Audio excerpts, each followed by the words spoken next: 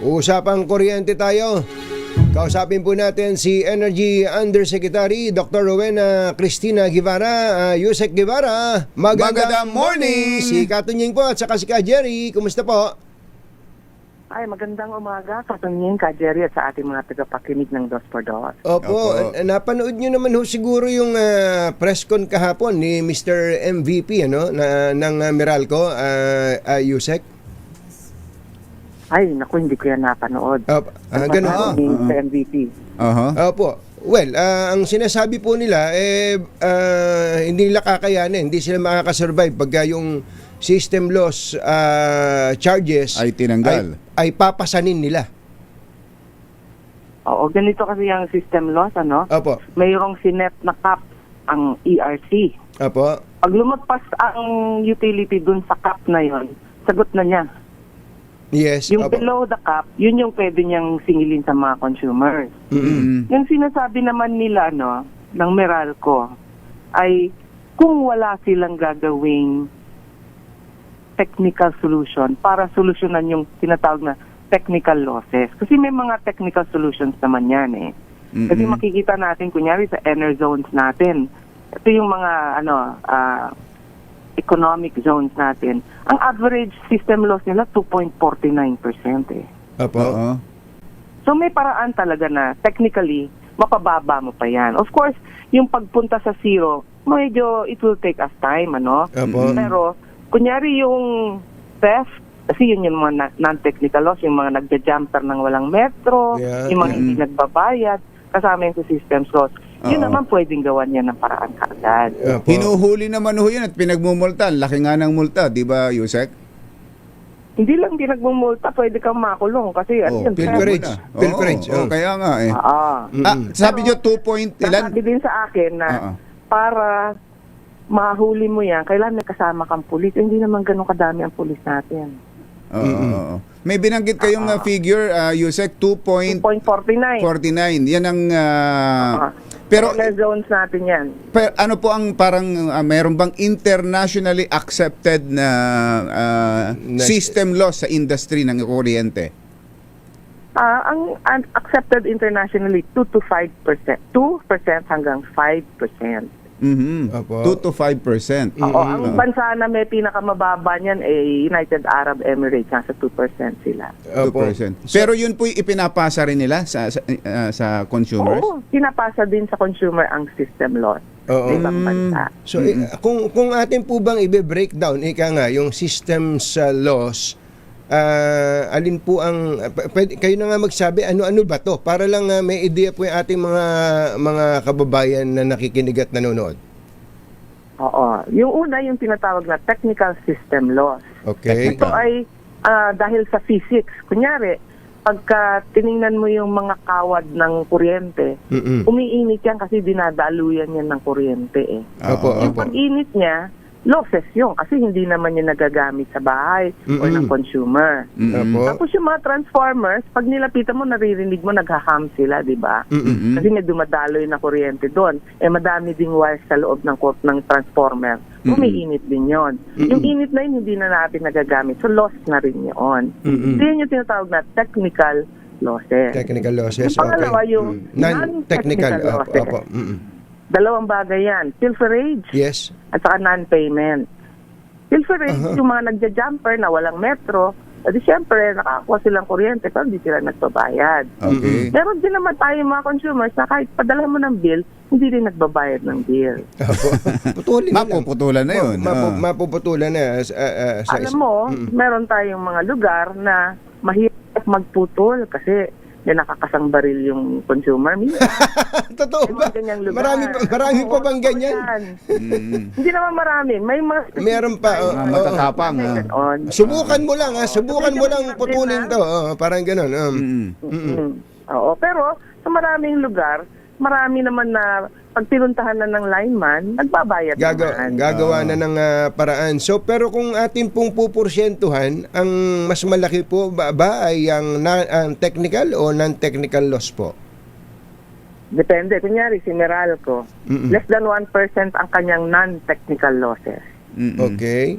So, yung kasi 5.85 ang kanyang systems loss eh. Opo. Yung mga 4.9% niya, Ay, technical. loss. Technical. Kasi malaki siya eh. Dami siyang kawad eh. Opo. Pag tiningnan mo naman kunyari yung enerzones natin, maliliit kasing enerzone. So, konti lang ang wires noon. Yan din ang kanyang systems loss, average 2.49%. Opo. So, Pero pag pumunta ka kunyari sa some places, sa mga electric co-ops natin, umaabot minsan ng 19%.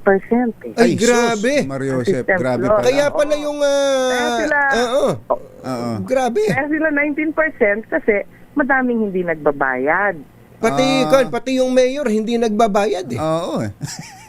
Kaya doon sa lugar na yun, mas malaki yung non-technical losses. May sakit Pero- nga pero- pala, no? Pero, Mm. may sinet naman na kapang ERC. Kahit na 19% ang kanilang systems loss, hindi nila pwedeng singilin lahat yon sa mga kanilang consumers. Ang pwede Ilan lang, lang ang po? pwede lang, Na nakaset. ang Kunyari, meron tinatawag na Cluster 1, Cluster 2, Cluster 3 ng electric cooperatives. Opo. Yung Cluster 3, hanggang 12.5% lang ang pwede niyang singilin. Pag lumagpas siya ng 12.5, sagot niya yung losses na yun. Losses, Oo. okay. Ito Pero pong yung 12.5, ang laki pa rin nun. ito pong sobrang laki. Ito pong Metro Pero konti lang naman yung 12.5 natin, mga Ilan lang sila. Opo. Yung Mga yung ano lang yan, parang 6 na co-ops lang yata. 6 na co-ops nationwide. Okay, sa Meralco po, ano po ang cap? 5.85 siya ngayon. 5.85. So kung ano lang yung cap, yun lang yung sinisingil ni Meralco. Oo, pag lumagpas siya doon, sagot niya yun. Yun na yung Ito nga, tinitinan ko ho yung bill ko. Ang system loss ay 5.4%. 5. Mas mababa sa iyo. Oo. Oo. Mas mababa sa, Mas mahusay yan. mas mahusay pala yung Meralco sa lugar mo. Dapat magpasalamat pa pala ako nito. Yung 5.4% ay 935.48 pesos.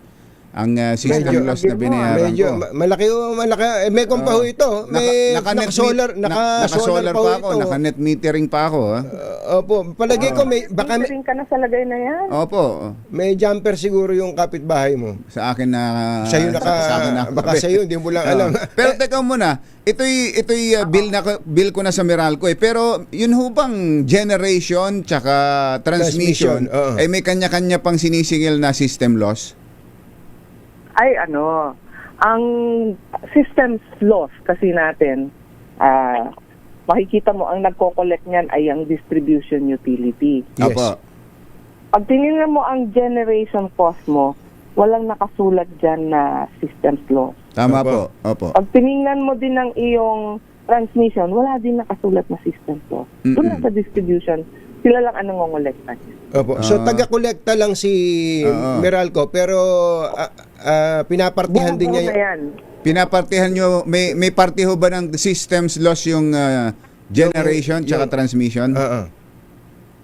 Ang assumption kasi natin, pagdating niya doon sa node ng distribution utility, doon na umpisa ng bilangan ng systems losses. Kaya nagbilang pabalik eh. Parang unfair so yata. wala Parang pala. Sa distribution utility, Distribution doon ang lang. bilangan ng systems loss. Baka naman Sa distribution feeders lang talaga yung losses. Kasi sila yung maraming linya. sila. Kaya tingnan mo ang NGCP.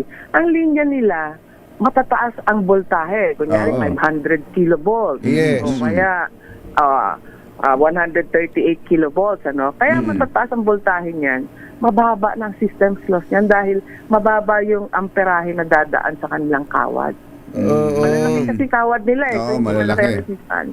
Pero pwede po bang humati ang generation companies at saka yung transmission company, ito NGCP, dito sa pinag-uusapan nating binabayaran ng ating mga consumers na systems loss? Hindi, kasi ang systems loss, ang bilangan nga, yung kawad ng distribution.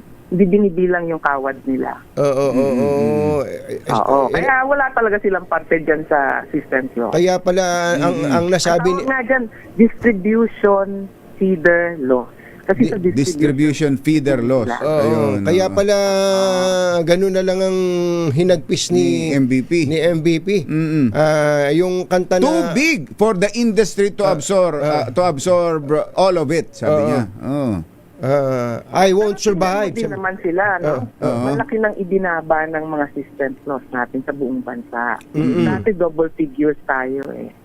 So Sa single figures na yung mga malalaking ano natin. paano po? Ano po ang recommendation ng Department of Energy considering na ito po ay binanggit ng Pangulo sa SONA at mukhang meron na pong legislation na gagawin po ang ating mga mambabatas. Tapatin nyo nga kami, kaya ba na from 5 point something to 0 ang babayaran ng ating mga kababayan? And if that will be the case, ano po ang sino magbabayad? Sino sasalo?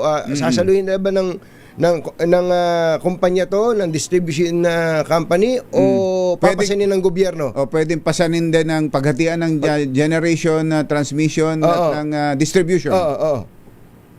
Ganito kasi yan. Batas nga ang, sabi niya, batas ang nag-set niyan. Opo. Batas din ang pwedeng magpalit niyan. So ngayon, yung pagbaba ng systems loss, ang pwedeng style kasi dyan is magsiset si ERC ng cap. Sabi ko nga sa iyo kanina, pag lumagpas ka sa cap, sagot yan nung electric cooperative o nung distribution utility sa kanyang kita niya kukunin yun. So, habang binababa ng ERC ang systems loss, mas malaki yung magiging bayarin noong kooperatiba o noong distribution utility. Kaya lang, syempre, pag wala tayong distribution utility, wala rin tayong kuryente sa bahay at sa ating mga kumpanya. Kailangan talaga din na kumita din naman sila, di ba? Yes.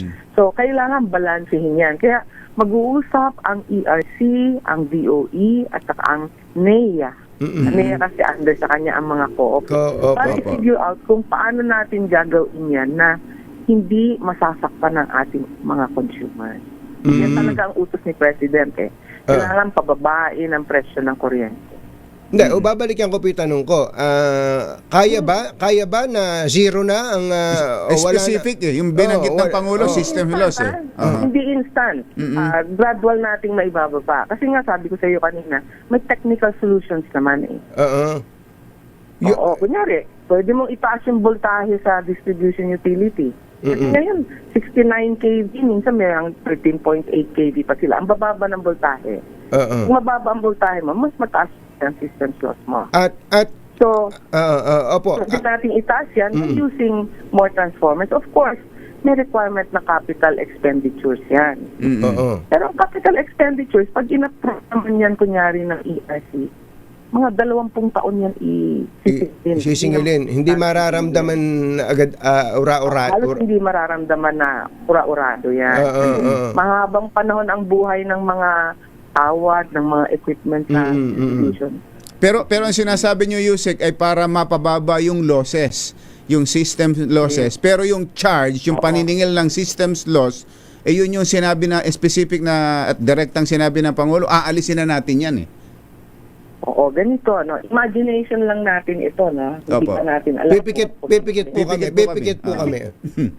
Oo. Ang sabi kasi ni President, dapat maging efficient ang ating distribution utilities. So, dapat ibaba talaga nila ng maigi yung losses nila sa non-technical at sa technical systems loss. Pag naibaba nila yan, at kunyari, nagkaroon nga tayo ng batas, bawal i-charge yan sa mga consumer. Kunyari lang, magkaroon ng ganung batas. Ang mangyayari niya na mag-a-absorb yan yung distribution utility o yung electric cooperative. Pero syempre may paghahanda. Kung mataas masyadong systems loss niya, tapos bigla mo sinabi, hindi mo pwedeng i-charge yan sa consumer. Ngayon na, baka magsara yung cooperative natin o yung ating distribution utility. So, kailangan nating planuhin at plansahin talaga yan. At kailangan talaga may change sa batas natin. So, in other words, dahil hindi niyo po masagot ng diretsa, hindi kasi kayang, sa madaling salita, hindi kayang... Diretsa sinabi ko, hindi instant. Hindi po, yung zero, hindi, kaya po ba yung zero? Ang sinabi ng Presidente, zero ang i-charge sa consumer. Yes. Ang i-charge. Opo. Ibig sabihin, may mabakayat ng systems loss na yun at hindi consumer. Yun ang punto ni Presidente. Opo. So, pag nangyari yun, i-charge mo sa distribution utility. Opo. Oo. Opo. So kayang Papawasan ng profits niya. kayang zero pero may magpapasan. Papasanin ng distribution. May magpapasan. Oo. Sila Opo. mismo. Kaya po Scientifically, hindi mo siya ma-zero eh. Opo, kaya po ba ito in the immediate in the immediate term, say Within the year? Alam mo, mga mambabatas ang may ano dyan eh. May linya nila yan, hindi kami yan eh. Opo. Policy making kami, sila law making. So batas kasi yung kailangan. Yeah, pero sa parte po ng DOE, pwede na po kayong gumawa ng recommendation say within within next week o ganon. Hindi instant yan. Kasi paaralin natin, sabi ko nga sa'yo, may distribution utility tayo, more than 20% ang systems loss eh. Kailangan aralin natin, bakit ganun kataas siya? Saan ba napupunta yan? Ano yung mga potential solution? Magkano yung solution na yon? Opo. Kailangan buo yung solution mo, hindi pwedeng tagmin-tagmin lang yan. Ang Kaya pag present namin yung recommendation. Hindi, pero mabuti Mabuting kami ng mga 3 buwan para mag-coordinate. 3 buwan. 140 kaya ang distribution utilities natin. Hindi, magandang bagay po na sinasabi po niyo, Yusek, na hindi ito ura-arada. Mahirap kasi yung mga kababayan natin, akala bukas mawawala na yung system yung loss. charges sa kanila. At least alam niyo, pero kailangan ding mag-apura. Nung marinig ho kasi sa zona ng Pangulo, nung marinig sa Pangulo yan, ang ine-expect ng mga kababayan natin, uy, sa susunod na buwan, wala na akong system loss. Parang ganun eh. May ganun. Kaya kami nangungulit sa DOE. Tawag kami ng tawag para po ito'y maipaliwanag sa ating mga Thank you nga pala. Alam mo, maganda't pinag-uusapan natin. Yun na-educate ang ating publiko. Opo, tama po. At pwede niyang bantayan yung utility niya, nakababain yun. Yes, opo. Naku ma'am, dalas-dalasan namin tawag sa inyo dahil hindi na kami pinapansin ni Secretary Garin. Ano? Kayo na lang. Oo. Walang problema yan. Everything ka, Jerry. Opo, maraming salamat po, Salamat po, Yusek. ma'am. Yusek Guevara, magandang umaga po. Bye-bye. Bye-bye. Si Dr. Rowena Guevara ng Department of Energy Undersecretary. Kasama ang 2x2